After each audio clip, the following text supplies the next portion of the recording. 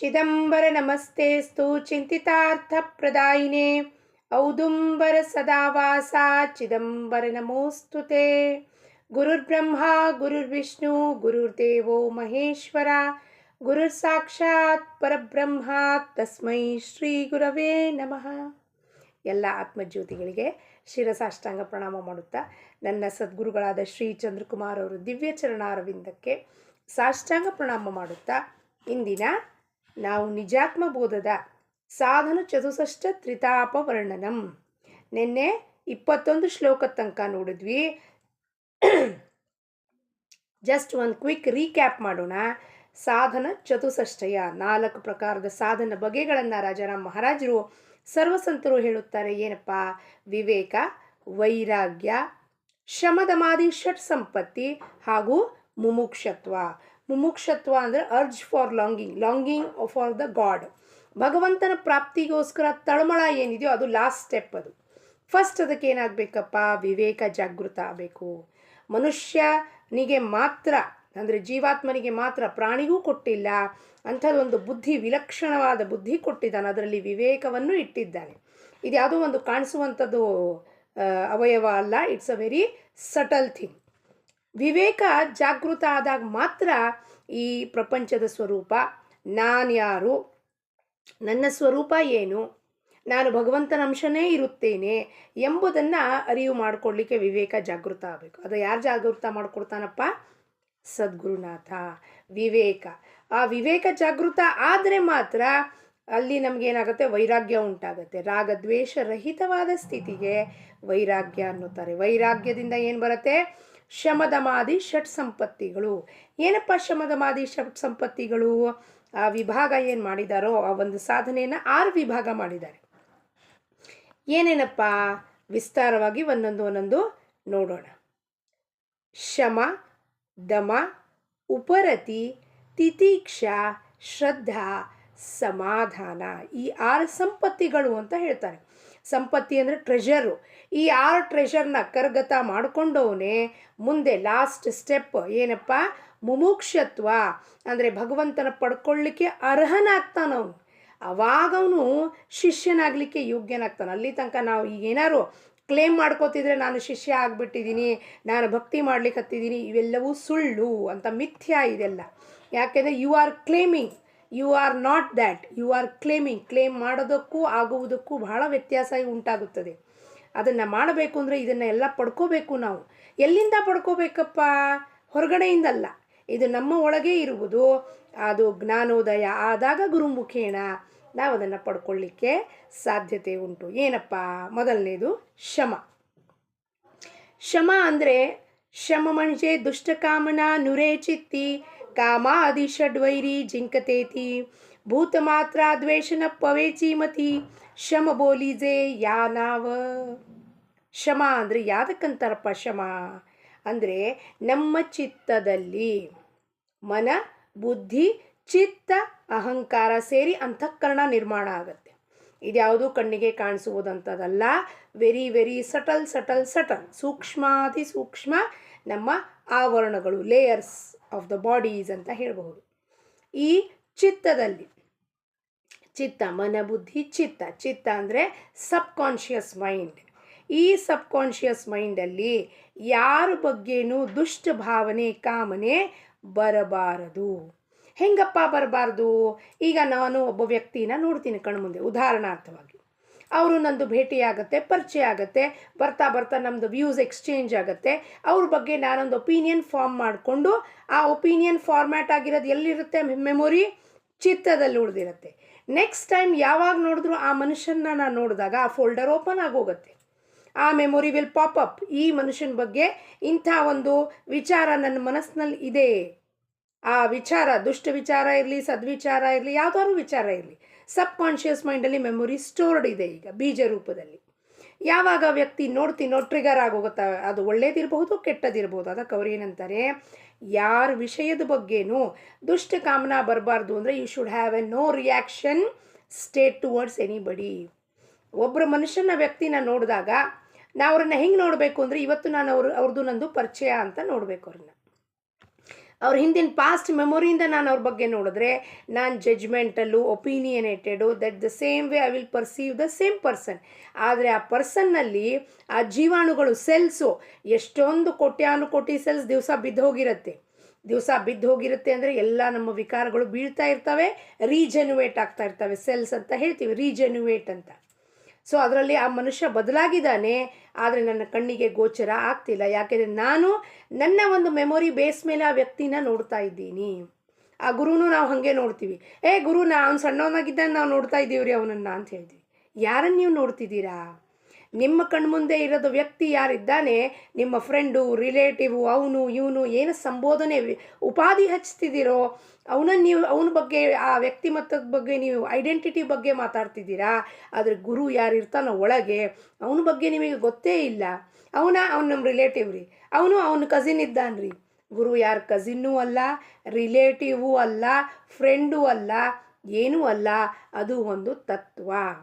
ಆ ತತ್ವ ಎಲ್ಲರಲ್ಲೂ ಇದೆ, ಆದರೆ ಅದು ಸದ್ಗುರು ಮುಖೇಣನೇ ಜಾಗೃತ ಆಗಲಿಕ್ಕೆ ಸಾಧ್ಯತೆ. ಅಲ್ಲಿವರೆಗೂ ನಾವು ಈ ಬಾಹ್ಯ ಪ್ರಪಂಚದಲ್ಲಿ ಆ ಗುರುನೂ ಒಂದು ಸಾಮಾನ್ಯವಾಗಿ ಮನುಷ್ಯನನ್ನು ನೋಡಿ ನಮ್ಮ ಜೊತೆ ಅವನಿಗೆ ಹೋಲಿಕೆ ಮಾಡ್ಕೋತೀವಿ. ಅದು ತಪ್ಪು, ಸರ್ವತಾ ಮಿಥ್ಯ.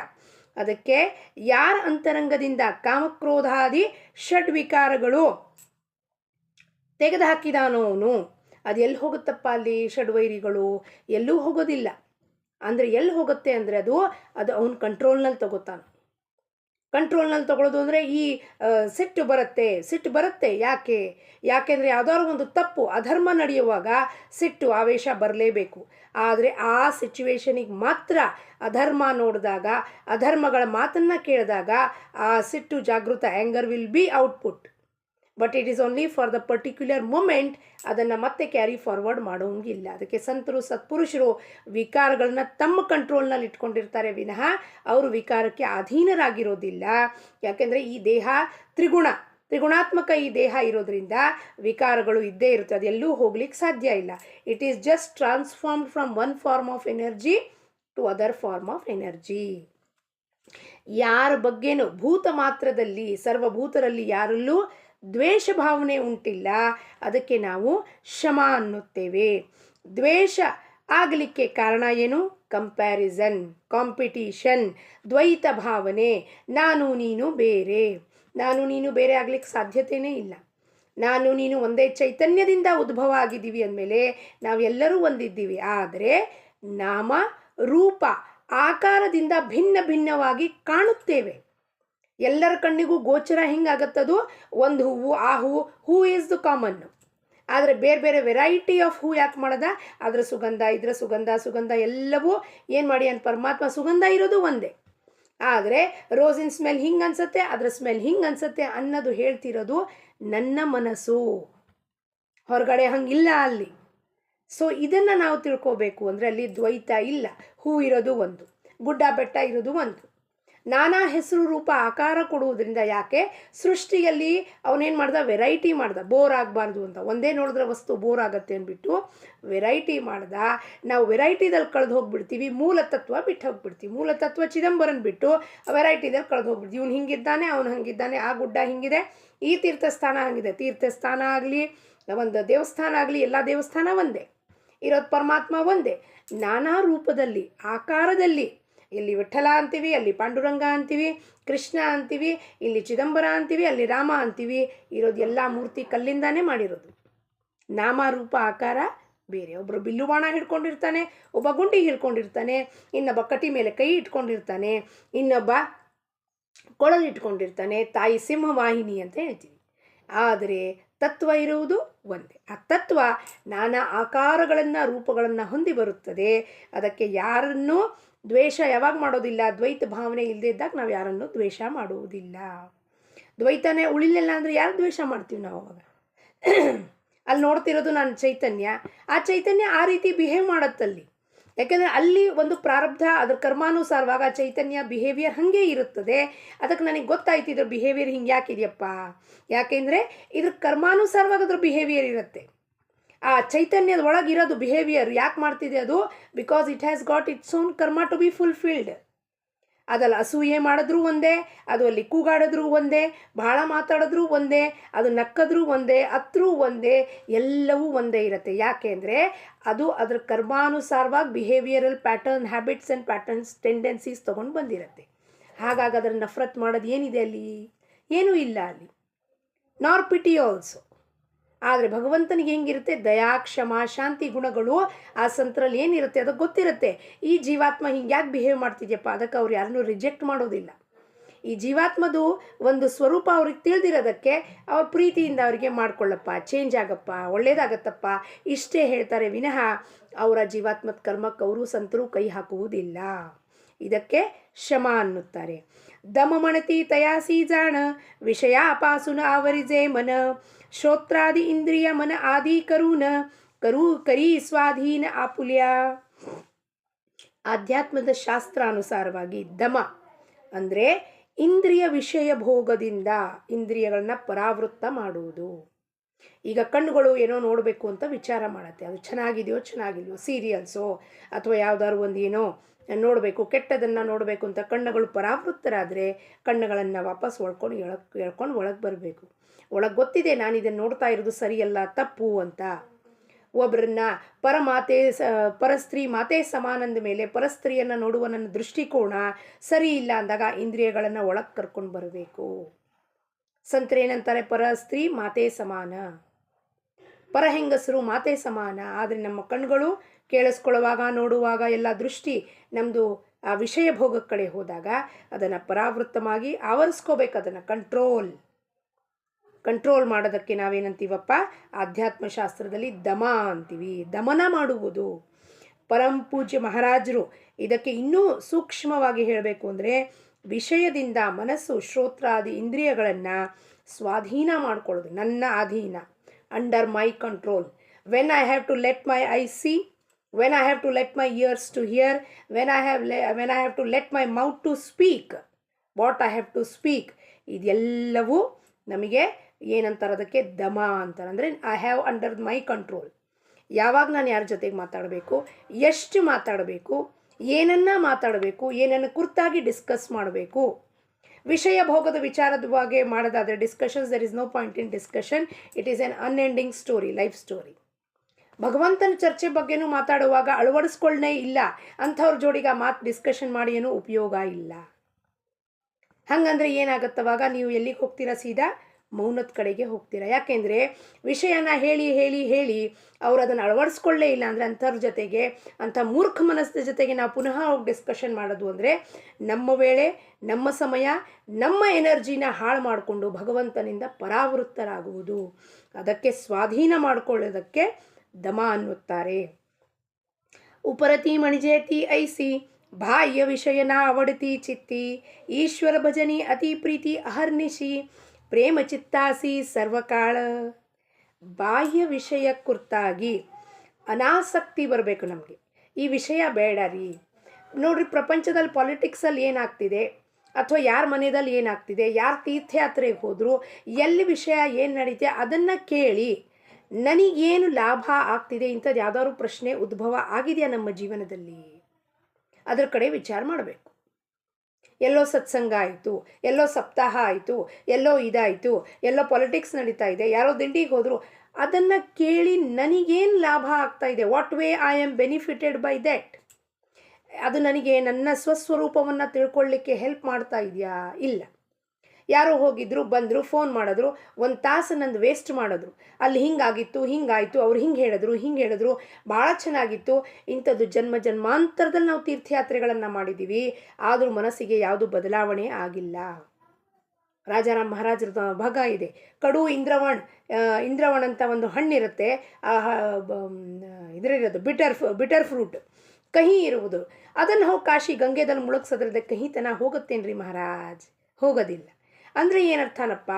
ಜನ್ಮಾಂತರದ ವಾಸನೆ ಹೊಂದಿರೋ ಮನಸ್ಸು ಕಾಶಿನಲ್ಲಿ ಹೋಗಿ ಮುಳುಗಲಿ, ಗಂಗಾದಲ್ಲಿ ಮುಳುಗಲಿ, ಗೋದಾವರಿದಲ್ಲಿ ಮುಳುಗಲಿ, ಆ ಮನಸ್ಸು ತನ್ನ ಎಲ್ಲಿವರೆಗೂ ನಾನು ಇದನ್ನು ಬಿಟ್ಕೊಡ್ತೀನಿ, ನಾನು ಬಿಟ್ಕೊಡೋದಿಲ್ಲ ಅಂತ ಕೂತಿದೆ. ಅದು ನಾನು ಭಗವಂತನ ಅಸ್ತಿತ್ವ ನಂಬಲಿಕ್ಕೆ ರೆಡಿ ಇಲ್ಲ, ಸದ್ಗುರುನ ಅಸ್ತಿತ್ವ ನಂಬಲಿಕ್ಕೆ ರೆಡಿ ಇಲ್ಲ ಅಂದಮೇಲೆ ಅಂಥ ಮನಸ್ಸಿಗೆ ಹೋಗಿ ಬೋಧನೆ ಏನು ಮಾಡೋದು, ಅಥವಾ ಅದ್ರ ಜೊತೆ ಡಿಸ್ಕಷನ್ ಏನು ಮಾಡೋದು? ನಮ್ಮ ಸಮಯವನ್ನು ಹಾಳು ಮಾಡಬಾರ್ದು. ಇಂಥ ವಿಷಯಗಳು ಎಷ್ಟು ತೀರ್ಥಯಾತ್ರೆ ಬಗ್ಗೆ ಡಿಸ್ಕಷನ್ ಕೇಳಿದ್ದೀವಿ, ಎಷ್ಟು ದಿಂಡಿ ಬಗ್ಗೆ ಡಿಸ್ಕಷನ್ ಕೇಳಿದ್ದೀವಿ, ಎಷ್ಟು ಅಲ್ಲಿ ಚೆನ್ನಾಗಾಗಿತ್ತು ಇಲ್ಲಿ ಚೆನ್ನಾಗಾಗಿತ್ತು ಅನ್ನೋದನ್ನು ಬೆಳಗ್ಗೆ ರಾತ್ರಿ ಸಂಜೆ ಮಧ್ಯಾಹ್ನ ಪಾಸ್ಟ್ ಬಗ್ಗೆ ಡಿಸ್ಕಷನ್ ಮಾಡ್ತಿದ್ದೀವಿ. ನಾವು ಪ್ರೆಸೆಂಟಿನ ಬಗ್ಗೆ ಯೋಚನೆಯೇ ಮಾಡ್ತಾ ಇಲ್ಲ. ಸೊ ಅದು ಏನಾಗುತ್ತೆ, ಅಂಥ ವಿಷಯದ ಬಗ್ಗೆ ನಮಗೆ ಅನಾಸಕ್ತಿ ಭಾವನೆ ಉಂಟಾಗಬಾರದು. ಯಾರೋ ಹೇಳಿದ್ರು, ನಿಮಗೆ ನನ್ನ ಪ್ರಯಾಗ ಯಾತ್ರೆ ಬಗ್ಗೆ ನಾನು ಒಳ್ಳೊಳ್ಳೆ ಅನುಭವಗಳನ್ನು ಹೇಳ್ತೀನಿ, ಆಯಿತು. ಇಲ್ಲ ಅಂತ ಹೇಳ್ಕೊಡೋದು, ಆಯಿತು. ಈಗ ಅವ್ರು ಹೇಳಲಿಲ್ಲ, ನಾನು ಕೇಳಿಸ್ಕೊಳ್ಳಿಲ್ಲ. ಯಾಕೆಂದರೆ ಅದು ನೀವೇನು ಹೇಳ್ತಿದ್ದೀರೋ ಇಟ್ಸ್ ಆಲ್ ಎಕ್ಸ್ಪೀರಿಯನ್ಸ್. ಸಾವಿರಾರು ಜನ ಅದೇ ಸೇಮ್ ಎಕ್ಸ್ಪೀರಿಯನ್ಸ್ ಹೇಳ್ತಿದ್ದಾರೆ. ಅದನ್ನು ಎಷ್ಟು ಬಾರಿ ಕೇಳೋದು, ಎಷ್ಟು ಬಾರಿ ಅನುಭವವನ್ನು ಕೊಂಡಾಡಬೇಕು, ಎಷ್ಟು ಬಾರಿ ನನ್ನ ಈಗೋನ ನಾನು ಪ್ಯಾಟ್ ಮಾಡ್ಕೋಬೇಕು. ನನಗೆ ಈ ಅನುಭವ ಅಲ್ಲಿ ಹೋದಾಗ ಆಯಿತು. ಇದು ಅನುಭವ ಆಗೋದು ಒಂದು ಈಗೋ ಬೂಸ್ಟರ್ ಥರ ಇರುತ್ತೆ. ನನಗೆ ಅಲ್ಲಿ ಹೋದಾಗ ಹಿಂಗೆ ಅನುಭವ ಆಯಿತು, ನನಗೆ ಇಲ್ಲಿ ಹೋದಾಗ ಹಿಂಗೆ ಅನುಭವ ಆಯಿತು. It's an ego booster. ಅನುಭವ ಯಾರಿಗಾಗ್ತಿದೆ? ಮನಸ್ಸಿಗೆ. ಅಂದರೆ ನಾನು ಎಲ್ಲಿದ್ದೀನಿ ಇನ್ನೂ ಆ ಮನಸ್ಸೊಳಗೆ ಇರೋದು. ಈ ಮನಸ್ಸು ಆ ಅನುಭವ ದಾಟಿ ಮುಂದೆ ಹೋಗ್ಲಿಕ್ಕೆ ರೆಡಿ ಇಲ್ಲ. ಅನುಭವದಲ್ಲೇ ವಾ ವಾ ವಾ ವಾ ಅಂದ್ಕೊಂಡು ಕೂತಿದೆ ಮನಸ್ಸು. ಗುಣಕ್ಕೆ ಅತೀತನಾದವನು ಅವನು ಭಗವಂತ ಚಿದಂಬರ. ಅವನನ್ನು ಅರಿತ್ಕೋಬೇಕು ಅಂದರೆ ನಾವು ಈ 3 ಗುಣನೂ ಬಿಟ್ಟು ಮನಸ್ಸಿಂದ ಆಚೆ ಹೋಗಬೇಕು, ಮನಸ್ಸಿಂದ ದಾಟಿ ಹೋಗ್ಬೇಕು ಆಚೆ. ಇನ್ನೂ ನಾವು ಮನಸ್ಸಿಂದ ಕೂತ್ಕೊಂಡು ಅಲ್ಲಿ ಅನುಭವ ಆಗಿತ್ತು ರೀ, ಭಾಳ ಚಲೋ ಆಗಿತ್ತು ರೀ, ಎಂಥ ಚಲೋ ಆಗಿತ್ತು ರೀ ಅಂದರೆ ನಮ್ಮ ಮನಸ್ಸು, ನಮ್ಮ ಇಂದ್ರಿಯಗಳು ನಮ್ಮ ಸ್ವಾಧೀನದಲ್ಲಿ ಇಲ್ಲ. ಅದ್ರ ಬಗ್ಗೆ ಡಿಸ್ಕಷನ್ ಮಾಡ್ತಿದ್ದೀವಿ ಅಂದರೆ ಮನಸ್ಸು ಚಂಚಲ ಇದೆ, ಅದಕ್ಕೆ ಹರಿದಾಡಕ್ಕೆ ನಾವು ಬಿಟ್ಟಿದ್ದೀವಿ. ಆ ಒಂದು ಅನುಭವಗಳಲ್ಲಿ ಸುತ್ತ ಹೊಡಿತಾ ಇದ್ದೀವಿ. It's of no use. ಅನುಭವ ಬರುತ್ತೆ, ಅನುಭವ ಹೋಗುತ್ತೆ. ಯಾವುದು ಬರುತ್ತೆ ಹೋಗುತ್ತೆ, that is not permanent. Ramana ಮಹರ್ಷಿಗಳು ಹೇಳ್ತಾರೆ, which goes and comes, feelings and emotion comes and goes, that is not permanent. Feelings emotions ಎಲ್ಲಿ ಎಕ್ಸ್ಟಿಂಗ್ವಿಷ್ ಆಗುತ್ತೋ ಅದು ಹೇಗೆ ಸ್ಪೇಸಲ್ಲಿ ದಾಟಿ ಹೋಗುತ್ತೆ. ಇದು ಸ್ಯಾಟಲೈಟು, ನಮ್ಮ ಇದು PSLV ಹೇಳ್ತಾರೆ, ಇಟ್ ಈಸ್ ಅಭಿ ಆರ್ಬಿಟ್ ಸೆ ಬಹಾರ್ ಚಲೆ ಗಯಾ ಹೈ ಅಂತ.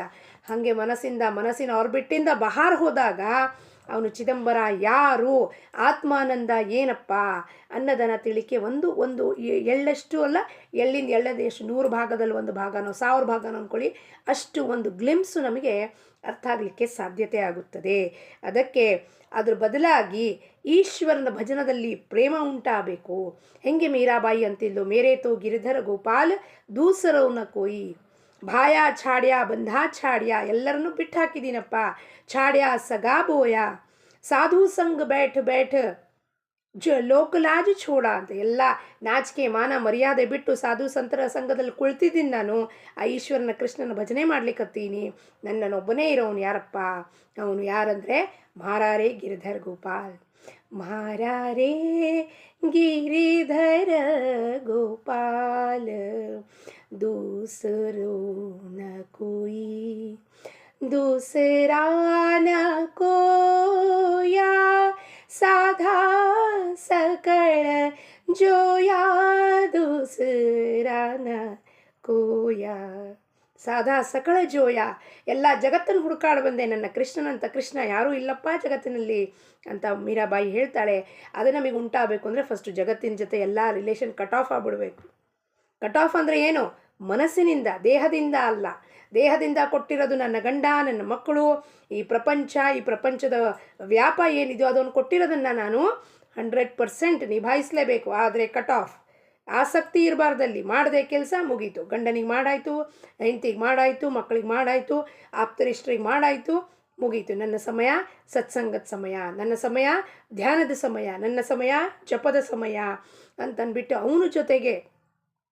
ಅವನ ಜೊತೆಗೆ ಸಂಬಂಧ ಸ್ಥಾಪಿತ ಮಾಡಬೇಕೇ ವಿನಃ ಜಗತ್ತುಗಳನ್ನೇ ಅಲ್ಲ. ಅದಕ್ಕೆ ಹೇಳ್ತಾರೆ, ಭಜನಿ ಅತಿ ಪ್ರೀತಿ ಅಹರ್ನಿಶಿ. ಪ್ರೀತಿ ಇರಬೇಕು ಅವನ ಜೊತೆಗೆ, ಪ್ರೇಮ ಮಾಡಬೇಕು. ಯಾಕೆ? ನೀ ನನಗೆ ಈ ಉಸಿರು ಕೊಟ್ಟಿದ್ಯಾ, ಈ ಜೀವನವನ್ನು ಕೊಟ್ಟಿದ್ಯಾ, ಇಲ್ಲಿ ನನಗೆ ಈ ಮಾನವ ಆಕಾರದಲ್ಲಿ ತಂದು ಇದನ್ನೆಲ್ಲ ಸೃಷ್ಟಿ ಅನುಭವಿಸೋಕ್ಕೆ ಅವಕಾಶವನ್ನು ಕೊಟ್ಟಿದ್ಯಪ್ಪ ಚಿದಂಬರ. ಇದಕ್ಕಿಂತ ಹೆಚ್ಚಾಗಿ ಇನ್ನೇನು ಬೇಕು ನಮಗೆ? ಇನ್ನೇನಾದ್ರು ಬೇಕಾಗಿದೆಯಾ? ಈ ವಸ್ತು, ವಿಷಯ, ವ್ಯಕ್ತಿ ಯಾವ ಪರ್ಮನೆಂಟ್ ಅಲ್ಲ. ಆದರೆ ಅವನನ್ನು ಅನುಭವಿಸ್ಲಿಕ್ಕೆ, ಒಳಗೆ ಒಂದು ಬ್ರಹ್ಮಾನಂದವನ್ನು ಅನುಭವಿಸ್ಲಿಕ್ಕೆ ಅವಕಾಶ ಈ ದೇಹದಲ್ಲಿ ಮಾತ್ರ ಸಾಧ್ಯ ಇದೆ, ಪಶು ಪಕ್ಷಿ ಯೋನಿಗಳಲ್ಲೂ ಸಾಧ್ಯವಿಲ್ಲ ಅಂತ ಅಂದಾಗ ಎಂಥ ಒಂದು ಆನಂದ ಮೂಡುತ್ತೆ ಅಂದರೆ ನಾವು ಎಷ್ಟು ಅವನಿಗೆ ಕೃತಜ್ಞರಾಗಿರಬೇಕು. ನಮ್ಮ ಒಂದು ಸುಕೃತ ಪುಣ್ಯ ಈ ಮಾನವ ಜನ್ಮ ಸಿಕ್ಕಿರೋದು. ಅದು ಸಿಕ್ಕದ ಮೇಲೆ ಆ ಬ್ರಹ್ಮಾನುಭವ ಅವಕಾಶ ಮಾಡ್ಕೊಡೋಕ್ಕೆ ಸದ್ಗುರುನಾಥ ಬಂದಿದ ಮೇಲೆ ಅವನಿಗೆ ಶರಣು ಹೋಗ್ಬಿಟ್ಟಪ್ಪ, ಕೊಡಪ್ಪ ನನಗೆ ಆ ಬ್ರಹ್ಮಾನುಭವ, ಈ ದೇಹದಲ್ಲಿ ನೀನು ಇದೆಯಾ ಅಂತ ನನಗೆ ಗೊತ್ತಾಯ್ತಲ್ಲಪ್ಪ. ಇಲ್ಲಿ ತನಕ ನಾನು ಭಟ್ಕಾಯಿಸ್ತಿದ್ದೆ ಈ ಜನ ಮಧ್ಯದಲ್ಲಿ, ನಾನು ಒಂದು ಹುಚ್ಚರ ಥರ ಏನಪ್ಪ ಇಷ್ಟೇ ಜೀವನ ಅಂದ್ಕೊಂಡ್ಬಿಟ್ಟು ಇದೇ ಮಕ್ಕಳು, ಇದೇ ಮರಿ, ಇದೇ ಗಂಡ, ಇದೇ ಆಸ್ತಿ, ಇದೇ ಡ್ರೆಸ್ಸು, ಇದೇ ಸೀರೆ, ನಾನು ಚೆನ್ನಾಗಿ ಕಾಣಿಸ್ತೀನಿ, ಇಷ್ಟರಲ್ಲೇ ನಾನು ಮೆರೆದಾಡ್ತಿದ್ದೆ. ಆದರೆ ನೀನು ಇಲ್ಲಿ ಒಳಗೆ ಇದ್ದು ಈ ಚಲನವಲನ ಮಾಡಿಸ್ತಾ ಇದೆಯಲ್ಲ ಪರಮಾತ್ಮ, ಇದನ್ನು ಹೆಂಗೆ ಮಾಡಿಸ್ತಿದ್ಯಪ್ಪ, ಈ ಮಿಸ್ಟ್ರಿ ಏನಿದೆ ಅನ್ನೋದನ್ನು ತಿಳ್ಕೊಳ್ಳೋದು ಅವಕಾಶ ಸಿಕ್ಕಾಗ ಅವನನ್ನು ಬಿಟ್ಟು ಮತ್ತೆ ಪುನಃ ಯಾರಿಗೆ ಹೋಗ್ತಾರೆ? ಬೇರೆ ಜಗತ್ತತ್ರ ಯಾರಾದರೂ ಹೋಗ್ತಾರಾ? ವಿಚಾರ ಮಾಡಿ. ಒಂದು ಕ್ಷಣ ಜೀವನದಲ್ಲಿ ಪರಮಾತ್ಮ ಆ ಬ್ರಹ್ಮಾನುಭವ ಅನುಭೂತಿ ನಮಗೆ ಕೊಟ್ಟರೆ ಅವನನ್ನು ಬಿಟ್ಟು ಇನ್ನೊಬ್ಬನ ಹತ್ರ ಹೋಗಲಿಕ್ಕೆ, ಇನ್ನೊಬ್ಬರು ಪ್ರಪಂಚದ ಹತ್ರ ಹೋಗಲಿಕ್ಕೆ ನಮ್ಮ ಮನಸ್ಸಾರು ಹೆಂಗೆ ಬಂದಿತ್ತಪ್ಪ? ಅದಕ್ಕೆ ಏನಾಗಬೇಕು? ಜೀವನದಲ್ಲಿ ಸದ್ಗುರುನಾಥ ಬರಬೇಕು. ಸದ್ಗುರುನಾಥ ಅವನೇ ಈ ಅನುಭವ ಕೊಡ್ಲಿಕ್ಕೆ ಸಾಧ್ಯತೆ ಇದೆ, ಇನ್ಯಾರೋ ಅವನ ಹೊರತಾಗಿ ಇನ್ಯಾರೂ ಕೊಡ್ಲಿಕ್ಕೆ ಸಾಧ್ಯತೆ ಇಲ್ಲ. ಅಂಥ ಒಬ್ಬ ಸದ್ಗುರುನಾಥ ಬರಬೇಕು, ಅಂಥ ಅವನ ಜೀವನ ಬದಲಾಯಿಸಬೇಕು. ನಮ್ಮ ಜೀವನದಲ್ಲಿ ನಾವು ಎಲ್ಲಿ ಸಿಕ್ಕಾಕೊಂಡಿದ್ದೀವಿ ಅಂತ ತೋರಿಸ್ಬೇಕು, ನಾವು ಏನಕ್ಕೆ ಇಲ್ಲಿ ಪ್ರಪಂಚದಲ್ಲಿ ಬಂದಿದ್ದೀವಿ ಅಂತ ಅರಿವು ಮಾಡಿಕೊಡ್ಬೇಕು. ಅಂಥ ಅರಿವು ಮಾಡಿಕೊಡ್ಲಿಕ್ಕೆ ಅವನು ಸದ್ಗುರುನಾಥ ಬರಲೇಬೇಕು, ಪ್ರತಿಯೊಬ್ಬರ ಜೀವನದಲ್ಲಿ ಅವನು ಬರಲೇಬೇಕು ಅಂತ ಹೇಳುತ್ತಾ ಸದಾ ಅವನ ಪ್ರೀತಿಯಲ್ಲಿ ನಾವೆಲ್ಲರೂ ಬದುಕೋದು ಒಂದು ಪ್ರಯತ್ನವನ್ನು ಮಾಡೋಣ. ಅದು ಈ ಜನ್ಮದಲ್ಲಿ ಸಾಧ್ಯ ಆಗ್ಬೋದು, ಆಗದೇ ಇರಬಹುದು. ಆದರೆ ಇದೇ ಜನ್ಮದಲ್ಲಿ ನಮ್ಮ ತಳಮಳ ಇದ್ದರೆ ನಿಜವಾಗಿಯೂ ನಿನ್ನ ಬಿಟ್ಟು ಚಿದಂಬರ ನನಗೇನೂ ಬೇಕಾಗಿಲ್ಲ ಅಂದರೆ ಅವನು ಖಂಡಿತವಾಗ್ಲೂ ಬಂದು ಬಾಗಿಲು ತೆಗೆದು ನಮ್ಮನ್ನು ಆಲಿಂಗನವನ್ನು ಮಾಡ್ಕೋತಾನೆ ಅಂತ ಹೇಳುತ್ತಾ ಲೋಕಾಹ ಸಮಸ್ತಾಹ ಸುಖಿನೋ ಭವಂತು. ಜೈ ಚಿದಂಬರ.